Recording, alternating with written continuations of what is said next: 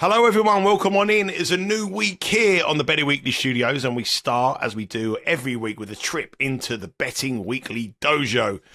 Before I introduce you to my co-host, Neil Channing, please hit the subscribe button. I think a lot of you did last week. I sort of had a little bit of a whinge, a little bit of a moan up. But I noticed that this video of the Dojo got us a lot of new subscribers, so please continue that trend. We want to really get those subscribers up high. We thought when we hit the magical 10,000 we'd go on to 20,000, 30,000 really quickly. We read YouTube for Dummies and we got it completely wrong. But please hit the subscribe button. We still need your help, and obviously if you've got any comments, any things you want to talk about on the Dojo, any subjects, anything you want us to break down, you can put them all in the comments box below and we'll run through them as we have done in the last couple of weeks. Anyway, it's a new week, which means good morning, Mr. Neil Channing. Hi, Nigel. How's it going? All right, mate. I had a pretty decent week, apart from some of the British horse racing, which we'll probably another subject there. I mean, that was incredible the weekend. We'll come on to that in a minute if people didn't know about that. But yeah, I had a pretty decent week. Had a little bit in the darts. Big week of the football again. We're going to come on to that. Big week for us personally in the football. And yeah, I've had a decent week. And on the trip last week, we done early because I was on the way to Latvia. So you've seen the videos that only close friends can see. And also last week that we did it early, didn't we? We recorded on a Sunday, so we were able to talk about something that was happening on the NFL that night. I don't know whether you remember. I was humming and hawing over Christian McCaffrey because his receiving yards had opened up 49.5. And the market had moved to 54.5, and I was thinking, oh God, I just don't know what to do. You know, like that's quite a big amount, isn't it? It's 10% of that number. Whereas, you know, if somebody's kind of 82.5 and they go up to 86.5, it's a much smaller percentage. And I was saying, I don't know whether should I just leave it? I should have done it earlier in the week. I'm annoyed with myself. There was a chance to bet over 52.5, but you'd have to lay $1.25. And I think you said, just take the over 54.5. What difference? Take the 10 to 11. Oh. Is that what you said? What did it come in at? What do you reckon? Bang in the middle? 54. It was 54. No. I mean, actually, I kind of got lucky because I found a book that had 52.5. At what was it? It was like 1.85, so 70 to 20 in old money. I can't think what that is in American odds. But minus 117, I think. Yeah, that's right.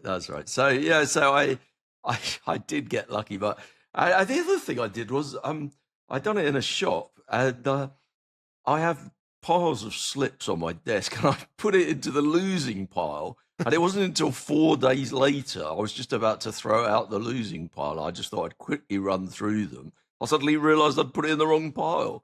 That would have been, oh God, that would have killed me actually.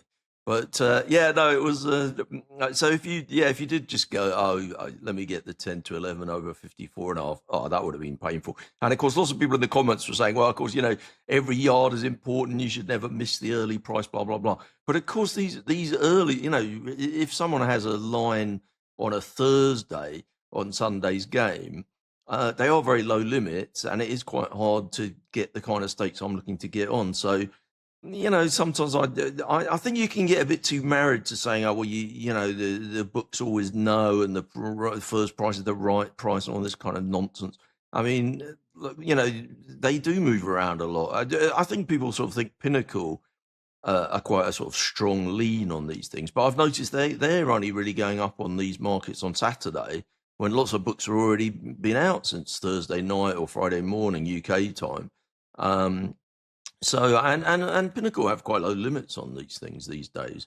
But yeah, that was a bit of a hair raiser. Last night on the NFL, I had a good week actually. I had quite a good week. It was nearly a bonanza. And again, I sort of got lucky because there were a couple of ones that I struggled to get on, couldn't get the price, and decided to leave them. And every decision I made like that this week worked out. So thank God for that. A couple of weeks ago, I had quite a poor week, so that made up for it, really. I had my first NFL bet of the season this week. Really? You've waited a long time. Well, I'm not really an NFL player. Yeah. I'm not a player, but I'm not. Like, I mean, not a player as in like gambling. Yeah. But I did my traditional bet, which I do every single year, It's when the NFL comes to London, and they bring it to end of October, which I don't. Yeah. Obviously, Well, this was the last of the London. They've had Ireland, and they've had a couple of London games. They haven't been great games actually, but this game was the Rams, wasn't it? And they were quite a big favourite. The Rams are in town, and the weather forecast in London all week. Well, it's going to be absolutely dreadful rain now all the way through. Yeah, it's horrible, rainy. Yeah, and it's raining horrible, and it was going to start yesterday at 1:30. I messaged my friend in America. And I said to him, "Listen, you want to bet these under these points because the Wembley game is always an under points. You go back through history; it's always under points. Always bad weather. Yeah, I've been to a few of those games. They reckon the pitch at Wembley's quite long compared to the grass is different, and the NFL players complain about it. I've actually played on the Wembley pitch, Neil, so I should know. You might as well. I've actually played there. So I did the traditional under, and I was thinking that, knowing nothing about it with the bad weather and everything, I thought we'd be about 38, 37 or 30. I was shocked. 46.5 was the line points. I couldn't believe it. Anyway, after two quarters, it was 14-0 quarter one, 21-0 after quarter two. No points in the third quarter. I was sitting back, smoking the cigar, thinking, Did you go, by the way? Sorry, I didn't go. Because you get to go to Wembley, you get to get tickets. You're not tempted at all to go? I have the option to buy them outside the football, so I can buy them. But if any American friends wanted to go, they could always reach out to me. But it's not something I would go. I went once. One of our subscribers took me to the one at Tottenham when the New York Jets played a couple of years ago. A great day. But I had more of a better day with him in the bars after and before the actual match. I did meet the woman who sung the national anthem. I met her, and she was quite entertaining. So I met her. But anyway, get back to my bet. Yeah, I was laughing. Anyway, it was 21 points in the fourth quarter, and the line went up to 47.5, and they failed to make the first down in the final play. What it came in at. It was a bit of a sweat right at the end, but anyway, it cashed 46. You got the money. Cash. 42. It was the final. 35. But it was right at the end. It was a bit of a sweat. It was a bit of sweat. Yeah. Anyway, it's I tell you what. Just before we go on to the football, I mean, now you like your racing. This weekend, the Festival of Racing, the Champions Day over at Ascot, 200 to 1 winner of a Group 1 race, followed by 100 to 1 winner of a Group 1 race. Yeah, it's incredible. So we're coming to the end of the flat season in the UK. So obviously we had the Arc de Triomphe, the big race in France. Now we have British Champions Day, it's called, at Ascot, where they have a load of Group 1 races. And now we're left with, the build up to the Breeders' Cup, which would be stateside at Del Mar this year. So that'll be good fun. They had obviously the thing about the season now, because of all these we've got the big races in Australia, big races in Japan, big races in America. It's also, we used to have the guineas at the start of the season was, the classic and whatever, and the horses running on the flat in May, June and July was kind of the main time of the year. But now there's so much money on offer in September, October, November, that it's hard for horses to keep on the go all the time. So I always think the British Champions Day is quite a scary one to bet on, because a lot of the horses are priced as if they're just as good as they were in June and July, and now we're into late October, and it's hard to keep top quality horses like on the go the whole season at their peak. And the other thing is that we have loads of rain, and the races in the summer where they've earned all their form have been on fast tracks, and what you would call in America, we're running on sloppy at this time of the year. But as it happens, we haven't really had any rain at all until the last couple of days. Hardly any rain at all in the south of England for 3 weeks, really. And Ascot, the track was fast, so everybody thought, the favourites will do well, the form will hold up. And we had a 200 to 1 winner of a Group 1 race, which I think was the biggest price Group 1 winner in history. I think I saw that. And then 2 races later, we had 100 to 1. So it was mental, really. I must admit, I did have a few bets at Ascot. I didn't get huge. Those 2 races did not cost me a lot of money. I had the last winner, and I didn't play too hard on Saturday on the horses. I think I had 3 winners from about 12 bets. and I came out with a tiny profit. But that last winner, maybe we'll touch on that later, but the last winner at Ascot was owned by Tony Bloom. And as it crossed the line, his football team, Brighton, was scoring the winning goal. They happened simultaneously. Oh. So, that was pretty amazing. When you're really. They say, don't they?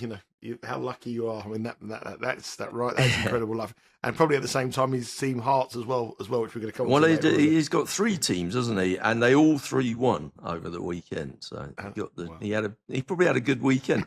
Mind you, I think he has a few good weekends. The other thing that's happened this week, of course, is cricket. Because I like to lay the draw. I know it's out of your price range now. There was a draw. There was one test match since we spoke last, and the draw was 12-1 in that match. I can't even remember who was playing now. I tuned in about 6 hours after it started to see how my investments were going, and the draw was out to 30-1. I quickly looked at it. I think I only looked at it once on the second day, and the draw was about 100-1 or something like that.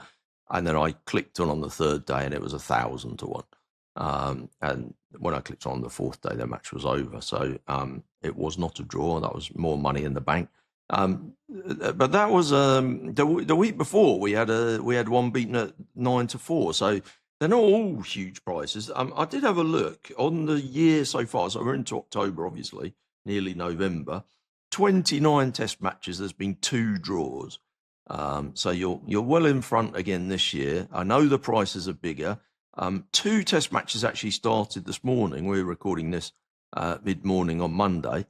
And the draws were about 12-1 in both of them. They've only been playing a few hours. One of them's about 9-1 now. The other one's about 30-1. So I'm hoping that'll be 2 more units going into the old bankroll. No problem at all. But yeah, that's all progressing nicely. It must have been an exceptionally good weekend for the books, because we said about those winners there and the big horse races over in the UK. But obviously, Bet Rivers and all would have had a fantastic day on the soccer. And let me have a look. Well, soccer, I mean, these days as well, like whatever happens on horse racing, obviously NFL is huge stateside, but, worldwide and for European books, the soccer just blows everything else out of the water. And it normally just comes down to 4 or 5 teams, how they get on, and whether the top strikers in those teams scored. I can't say I played in all the big matches over the weekend. Remind me what happened, Nigel. Well, these are the teams that are involved in Champions League action, or are involved in Champions League action this week. So you've come off an international break where all the big nations have played all around the world, and all the big players of the big clubs have gone to international break.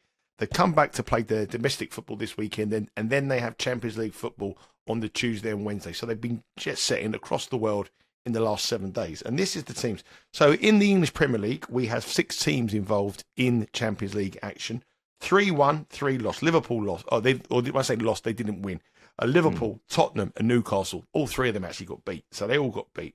In Ligue 1 in France, Paris Saint-Germain, very, very heavy favourites. They drew 3-3. They didn't win. Monaco. What price were they to win? I'm guessing now, but they were away. I think they were away at Strasbourg. Okay. I'd say they'd probably be about 2-5. I'm guessing. Okay. Monaco got beat. Marseille won. La Liga. Barcelona won. Atletico Madrid won. Real Madrid won. But Real Madrid were very lucky. Their team went down to 9 men in the last 5 minutes, and that got through. Barcelona scored a last-minute winner. Villarreal and Bilbao both got beat, or failed to win. Bundesliga, Leverkusen and Munich won. Dortmund and Frankfurt got beat. Serie A, Napoli got beat, Atalanta got beat, Juventus got beat, Inter Milan won. So if you'd bet all the teams in Champions League action, all the big favourites in Champions League action in this week, you would have lost 7.5 units if you bet all those teams blind. Now, usually you can rely on them to pick up points against the lesser sides. So is there something in this? Champions League, the international break, come back, then we have the Champions League, and we have one of these sort of scenarios in a couple of weeks' time where we have an international break, come back, and then the Champions League. Well, it's amazing, isn't it? It's amazing because in US sports, people would talk about this as a sandwich spot. You're squashed in between 2 big events with a lower key event.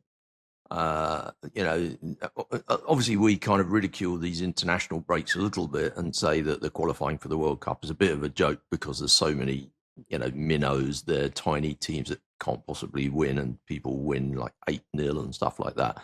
But for a lot of the players, they're playing for their country. It's a massive thing.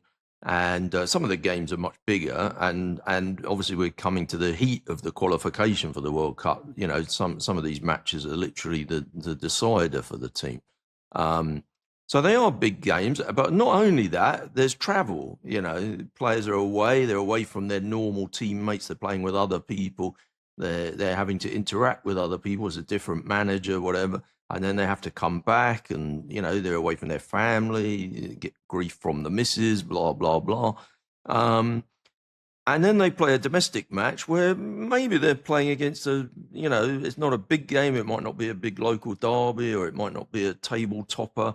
They might be playing away from home against a side who they're expected to beat. And the motivational issues when you know that in a few days' time you're going to be playing a huge Champions League game against one of the top sides in Europe, it must be difficult. But it's funny that in American sports betting, people constantly talk about, these guys are flying East Coast to West Coast on only 4 days rest after a big Monday night game, blah, blah, blah.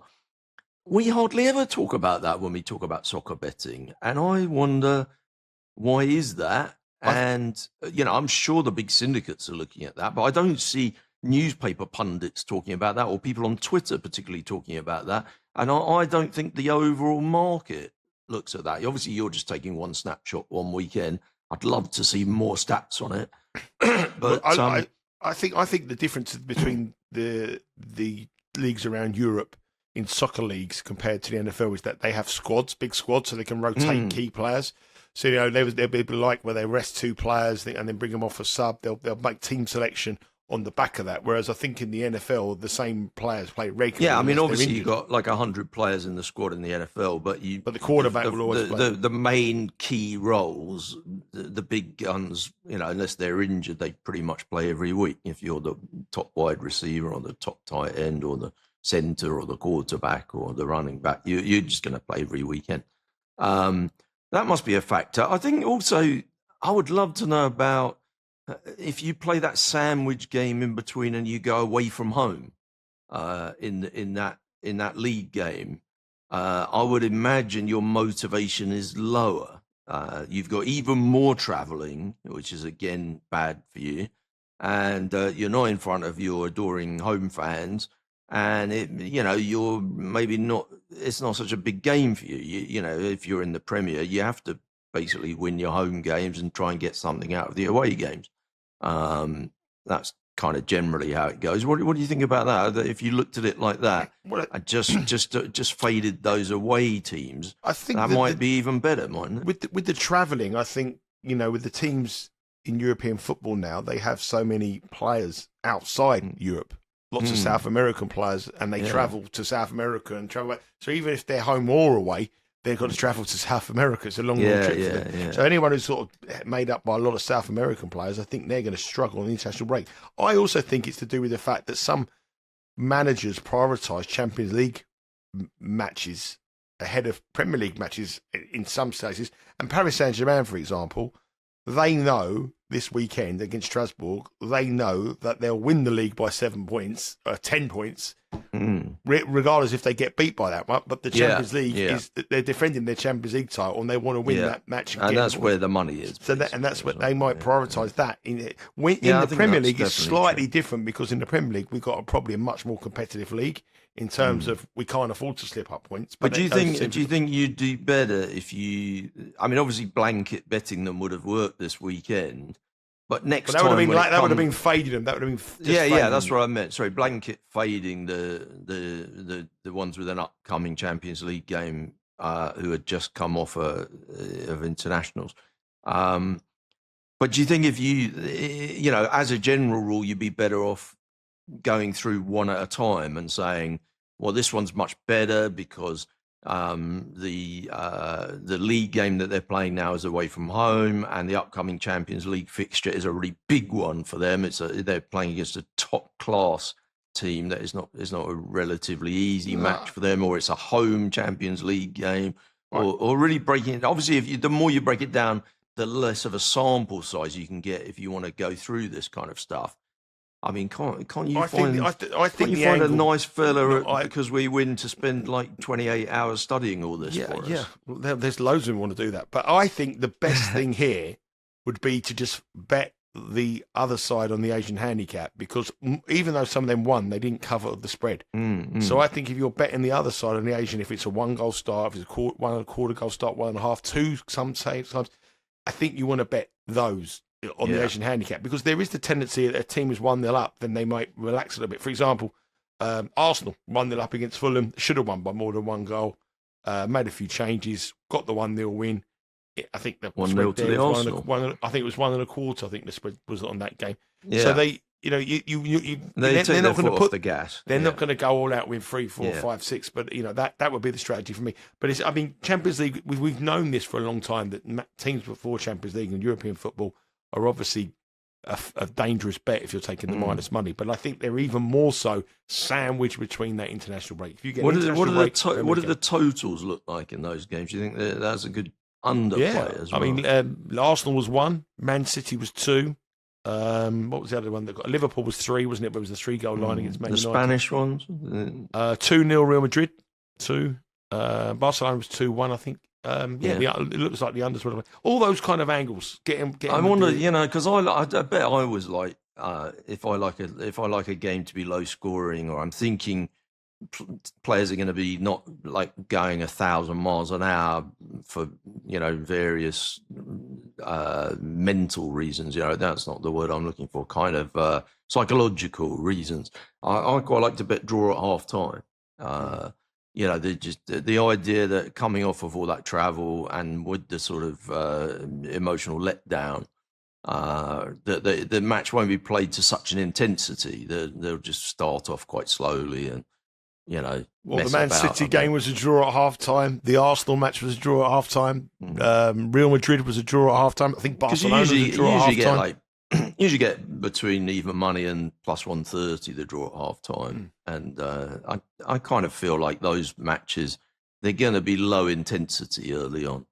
I might have a look at that next time. Have a look at that, and then anyone else have a look at it. If you have been playing that, or if you have been fading the teams weeks before Champions League for a long time before we finish, put it on the comments. Let us know what you. Who do we need to get? Do we need to get Dan Roebuck on the case? Is he the man to crunch the numbers? Hitman, for us? Paul Hughes, Hitman Hughes, the editor of our newsletter. Have a little quiet word with him. See if he can go through 28 years of it and break it down to home away and with the totals as well. Give him like 200 hours work to do before the next Champions League. Before the next international break. Now, I think I've found another strategy, Neil. A little tactic. Well, there's nothing wrong with that. I like strategy. This is something. It's something again that's been around for a long time. We've spoken about it on shows, on the football shows, with soccer shows. We've spoken about this, but this year it's just off the charts. Now, listen to this, right? At this current time in the world in football, there are 3 guys who are just smashing up, scoring goals. This is in the world of soccer.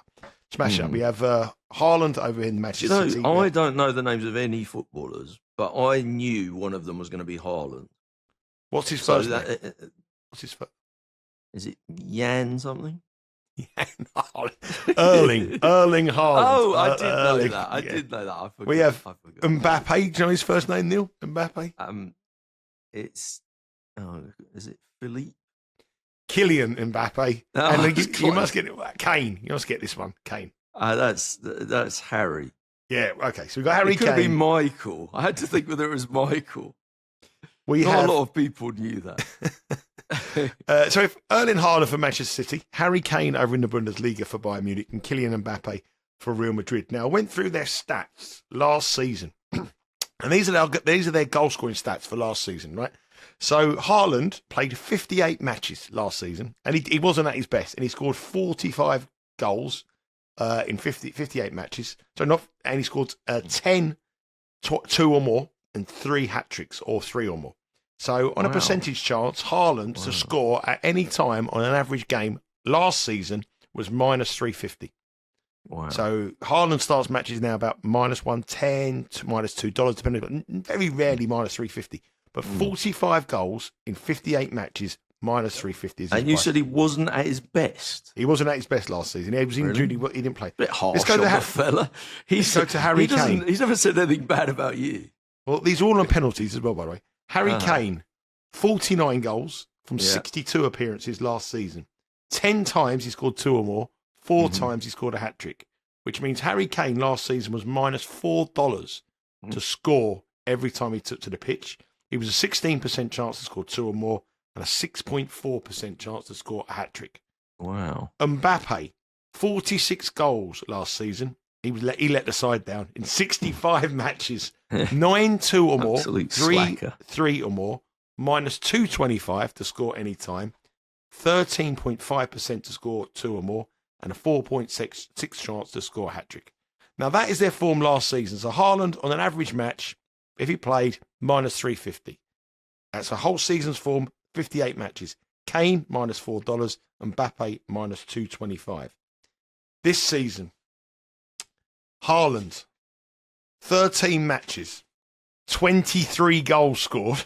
That's just incredible. He's really. only failed to score in 1 of the 13 matches.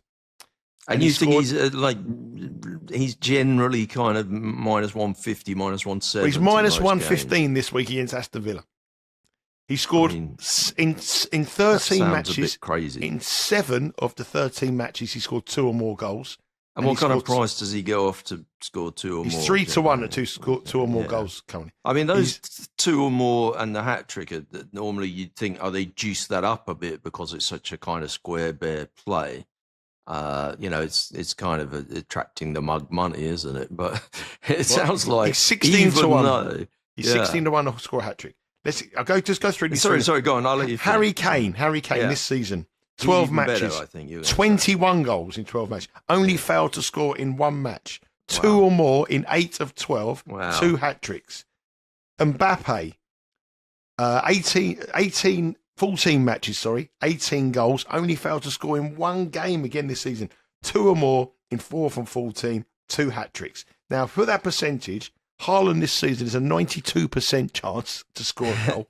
Kane is 91% to score a goal. Incredible. Mbappe 77.7%. This is okay, you got me. You have 53% for Haaland 2 or more. 2 minutes. 66 Kane, 28 Mbappe. Now, who they're playing this week? Haaland played Aston Villa. I don't even care who they're playing. We're just going to bet the 3 of them every single week to score a goal until you tell me that they've died. Haaland is minus 115 this week with BetRevs. He was plus 105, betting to minus 115. Mbappe is minus 118 this week to score against Barcelona, where his record against Barcelona is he's played 8 matches against Barcelona and he scored 11 goals, including 2 hat tricks. I love this homework you've done. And he's 16 to 1 to score a hat trick. There is massive value on these guys at the moment. Well, that's just amazing, they're on isn't it? different levels. It's amazing because, people think, we had people commenting recently, somebody asked a question and a couple of people have sort of said, well, how can this Channing, be betting on like 20 different things? We haven't even mentioned the sumo this week. How can this Channing be betting on 20 different things? Surely it's better to specialize in one thing and be an expert. And people sort of come out and say, oh, I've been looking at rugby league handicaps, or I follow the hockey totals and, all the like really, women's basketball. And you think when people say you've got to specialize, you really need to find something obscure where maybe the books are not really looking too much. There's low liquidity in the market. So it's very hard for anyone to know what the true price is. The exchange markets are not really very well formed. And I would agree, all of those things are going to help you to make money. But wouldn't you know it? Like betting on the most high-profile players in soccer, the biggest betting game, outside of NFL in the world, and just betting the favourites to score every game turns out to be just about the most profitable thing you can do. Well, the question obviously is, with all these things, when you look at trends and stuff, is to say, is there a reason that people have been getting it wrong? And is it going to continue? Is there a reason why, was it a fluke up until now? Could it go wrong? I don't think it sounds like it could go wrong because I think your sample size is good. You've looked nearly a season and a half. I can go back for Haaland. Haaland's season before that Mm. So this is the season before that. He made 53 appearances and scored 45 goals in those 53 appearances. I mean, these are incredible. I mean, we had a conversation the other week, and I probably used bad examples because I was saying, betting guys in fairly obvious talent positions in the NFL to score a touchdown has been a profitable thing to do. And a lot of people sort of came in the comment box and said, "Oh, that bloke that you said, he's like minus 225 to score. He's not anywhere close to even money." And I'd probably used some bad examples, but again, I'm chiseling away quite a decent return. I mean, looking at my bets yesterday on the NFL, I bet people at even money, 6-4, 10-11, so plus 150, minus 110. I bet a guy at plus 180, and I bet another guy at plus 180, and another guy at plus 162. So, I've bet people at kind of, shortish odds to score touchdowns. And I know that my guy, he just makes 10% every year doing this. But on those numbers you've given, you're going to make way more than 10% betting those three, even if you have to bet minus 200 every single time. Yeah, I mean, they're just going to say when I gave you the records on Haaland, Kane, and Mbappe, they were actually how many goals they scored the season to the match.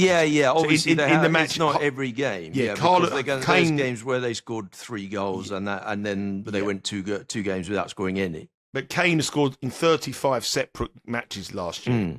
Haaland scored in 36 separate matches, and Mbappe scored in 35. So they're all very, very similar. They all work out roughly around about minus 220 to score.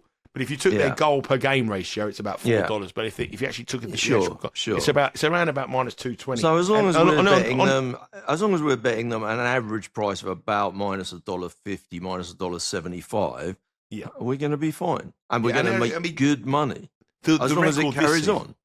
Yeah, but that's the record they get into. Obviously, if they don't play, you get your money back, which is another bonus. I think the only time Haaland won't play for Man City, he's not form or something.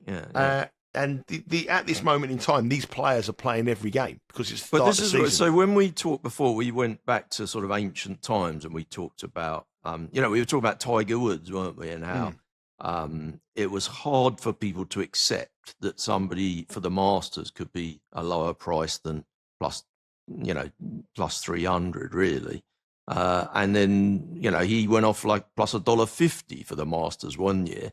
But it took a long time for the market to understand that. And when you look back at his lifetime results, you'd have made good money backing him when he was the most high-profile sportsman in the world, arguably, at the time. In English soccer, we saw a time many years ago when Alan Shearer for Newcastle, Robbie Fowler for Liverpool were just banging in goals every single week. And the market hadn't realised that football teams just had these elite strikers who just dominated, the worst players to bet, where your favourite long shot bias was terrible, was backing the sort of midfielders at 8 and 10 to 1 when they really should, to be first goal scorer, when they really should be 16 or 20 to 1. Because there were so many of those in the market, people looked at it and said, "Oh yeah, it's got a big juice to the bookies on that market betting first goal scorer." But you could make money just betting the favourite every week. It seems like it's happened again, and it's quite hard for the bookies to notice that, because when they lose on that, they're probably licking their wounds this morning. If you're in the football department of a huge corporate, the Flutter Corporation or something like that, and they've got multiple brands on different continents, and a Haaland goal has cost them, tens of millions. Nobody there is getting sacked for that. It's just like, Haaland scored, he's the favourite, whatever, we lost because the favourites won.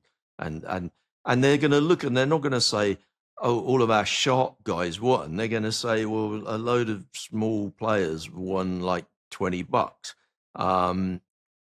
and they're not really going to, if you work at one of these firms, and I'm not saying that the people that work at large corporate bookmakers really create the market. A lot of the market is created by the players these days, by exchanges, by Asia, whatever.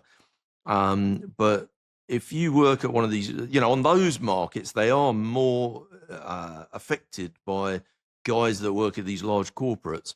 And if you work at the large corporate and you had a bad weekend because all the obvious people scored, I don't think you're going to say we have to make them shorter next week. I think you're just going to say we just got unlucky this week. The favourites all won and they all scored. The other thing is, of course, the pain for these guys is way more these days because of all the same game parlays.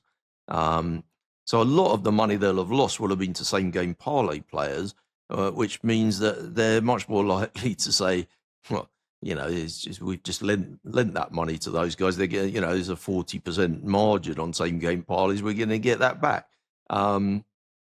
I think it feels like it's a mistake they could still be making in a year's time. Yeah, I like doing things where we can bet them blind and we don't have to think about them too much.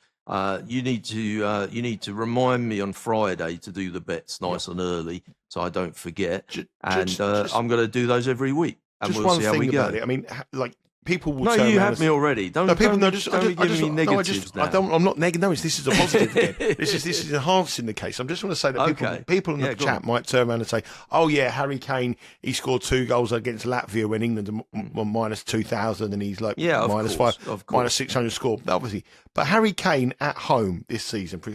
So Harry Kane at home, he's played Leipzig, who was second in the Bundesliga, so one of their toughest matches this season. He scored a hat-trick in that match. He played Chelsea in the Champions League, scored 2 in that match.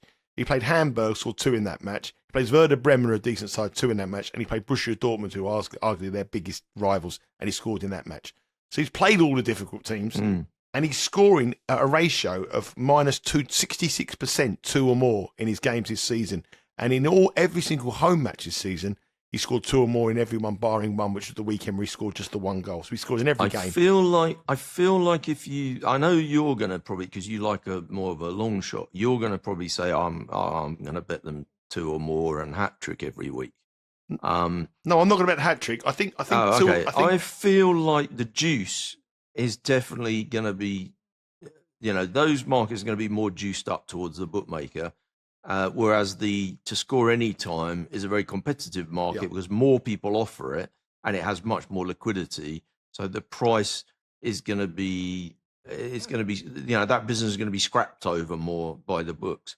And I think you're going to get a better price relative to the true odds on that. So I think you do better backing them just to score any time rather than trying to, I know people like to kind of ladder up and go for bigger returns.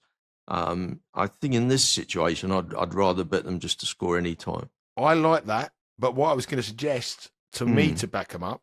You like a parlay? I think the 3. Well, I don't know. There's nothing wrong with that because that's playing 250 this week. Yeah, well, obviously multi-way parlays are often a bad bet. But if you feel like you're getting 3 things where the edge is on your side, well, now you're multiplying the edge in your favour.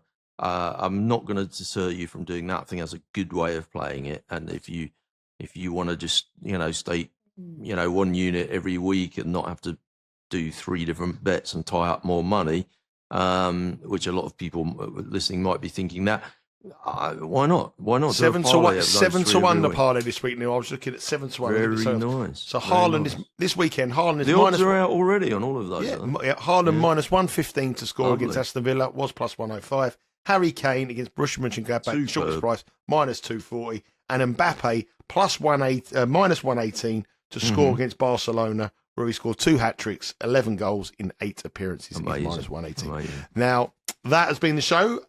We need to end up with, our favourite song. I've almost forgotten about it. How could you forget? Putting aside the fact that your dancer guy on Strictly is now odds on, minus $1.10, we'll put that aside. We won't talk about that because the big news of the weekend was obviously, well, I don't know. How stressed were you over it? Did it give you a heart attack, Nige? Not at all. Hearts now go 5 points clear of the Scottish Premier after 3-0 win against Falkirk. It's incredible. Somebody sent me this text about the Celtic game. So in case anyone wasn't following this week, Rangers played first, didn't they? They played second. No, sorry, Rangers played first. Rangers played first because they played in the afternoon on Saturday, and they were kind of a reasonable favourite, weren't they? They were like a $2 favourite, I think they were. Remind me how they got on. They drew. Exactly. So $2 favourite they drew. That was good for Hearts. Now Hearts are playing away from home at Kilmarnock. We mentioned it just briefly last week, and we said that they were a bet at $1.10. They got backed in to minus 130, and then there was a bit of a late drift on Saturday morning. They went back to almost even money. They almost touched even money. They were like minus 105-ish. And then a late plunge came for them, and they went off minus 125, 3-0. I mean, how lovely is that? So good. But the real one was Celtic, because obviously now it's looking a lot like a two-horse race between Hearts and Celtic. Celtic were minus 500 to win at home against Dundee yesterday. Celtic had a penalty, which was overturned by VAR. Then there was a Dundee player who was standing on his own goal line and stopped a certain goal because the ball just hit him. He looked like he didn't have a clue. Just it kind of bounced off him, and he wouldn't have known that it was not a skill move by him. It's the first time Dundee have beaten Celtic at home in 37 years. And obviously Hearts are now 5 points clear, and they play Celtic next week. It's a home game for Hearts. Hearts are at home. It's incredible, isn't it? Really. Have you seen the betting on that game? Did you have any views? Yeah, it was plus 350, and they've been now betting to 250. Hearts. Well, yeah, it was. I mean, they obviously, because there was 24 hours between, or 20 hours maybe between Hearts winning 3-0 and Celtic starting their game against Dundee. There was a little bit of a market formed on next week's game before Celtic had played this week. And in that market, Hearts were plus 350, Celtic were minus 120. And then obviously after Celtic got beaten, they got beaten 2-0 by Dundee. They're now kind of plus 115. And Hearts are sort of, I don't know, plus 225 or something like that.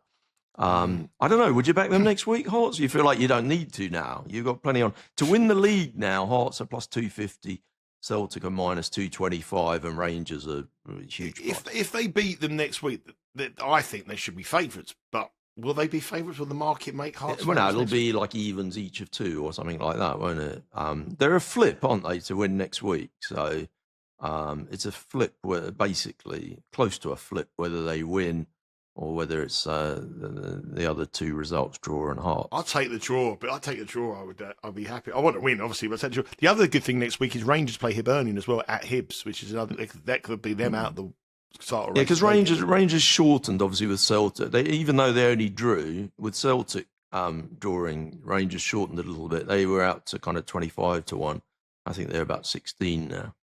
I haven't done the maths, actually. I'm gonna do the maths on what prices there'll be after next week. I think off the top of my head, I'm guessing that Celtic will remain favourites even if they lose.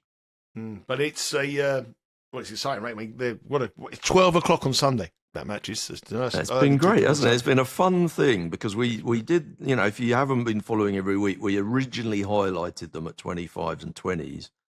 We told you to bet them without the big two in the market at 10 to 11. That's now 20 to 1 on. That's a bet. That's a bet. Right? Yeah, I mean, it feels like that is a certainty. So that was pretty good. And we said again when they were 12s that they were still a good bet. When they were 8s, they were a good bet. When they were 11 to 2, they were a good bet. Are they a good bet now at plus 275? Yes, they are a good bet. Yeah, now, I think you can still get plus 275 in a couple of places if you really shop hard, but plus 250 is generally the price. Do you think, Neil, is this a bigger win for you than Chris McCausland's? No, actually, Chris McCausland so far is bigger. But having said that, I have backed them in each of their last 3 games. So I'm, if I keep doing that and they keep winning, I'll win more. But I did think to myself, rather than put all the money in and tie it up, because it's such a long time to tie up money, I threw little bits at the big prices, and I thought, well, I'm just going to keep backing them every game. And I don't think they've been re-rated. I mean, how on earth did they drift so much this week? I ended up, I bet them quite heavily this week at minus $1.10. I bet them with like 4 or 5 different books.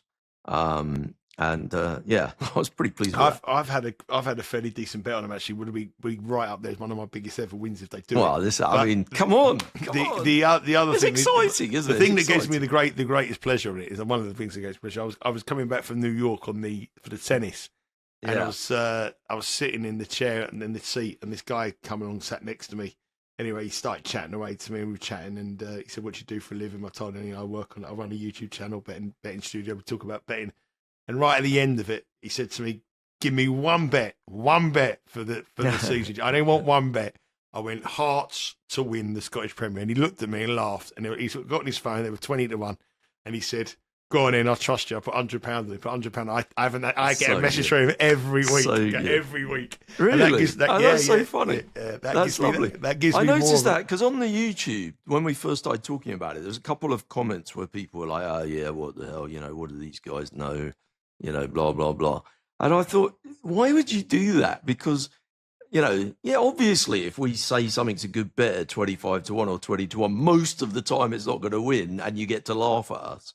But the secret is we don't really lose very much on those times relative to what we win on the time it goes right. Obviously, they haven't won yet. It may all go completely wrong. They're still plus 250 to win. But I just think scoffing at somebody that selects a 20-1 chance, big deal. You bet a 1-20 winner. Good luck to you. If they're still in contention at Christmas, Neil, I'm going to send you Hearts home and away top for a Christmas present for me. That we can wear on the dojo. That would be great. I'll send you some Love Heart chocolates. That's it for this week's Betting Weekly Dojo. As I said at the top of the show, please hit the subscribe button. Hopefully you enjoyed it. Some lots of angles Sign there. up for the newsletter. Sign up for that newsletter. It's out today, Monday, at bettingweeklystudios.com. You want to go there. There's a tennis pick from me, Champions League action from Steve Wiss, also Europa League exclusive picks from James Easton, and the Insider comes out on the Friday as well. And it's all free at bettingweeklystudios.com. Hit the subscribe, hit the comments, let us know what you think of the show. One last thing, Nige. One last thing. You must ask Steve Wiss on the Betting Zoo this week to Celtic against Hearts has got to be the game for some crocodile or tortoise or whatever animal is going to pick this week. That's how I want to know who's going to win. Well, cricket, his cat's 3-0. So she's the girl. She's informed. So if he or she, I don't know. She's doing a second show this week covering the live games. Next week it'll be Neil Channing and cricket here on the Betting Weekly Dojo. That's it for the week. Enjoy your week. Have a load of good luck with your bets, and hopefully we'll be cheering on next week the Hearts as they go top at 8 points clear. Could be, and they could be favourites to win the Scottish Premier. Take care, everyone. Speak to you later.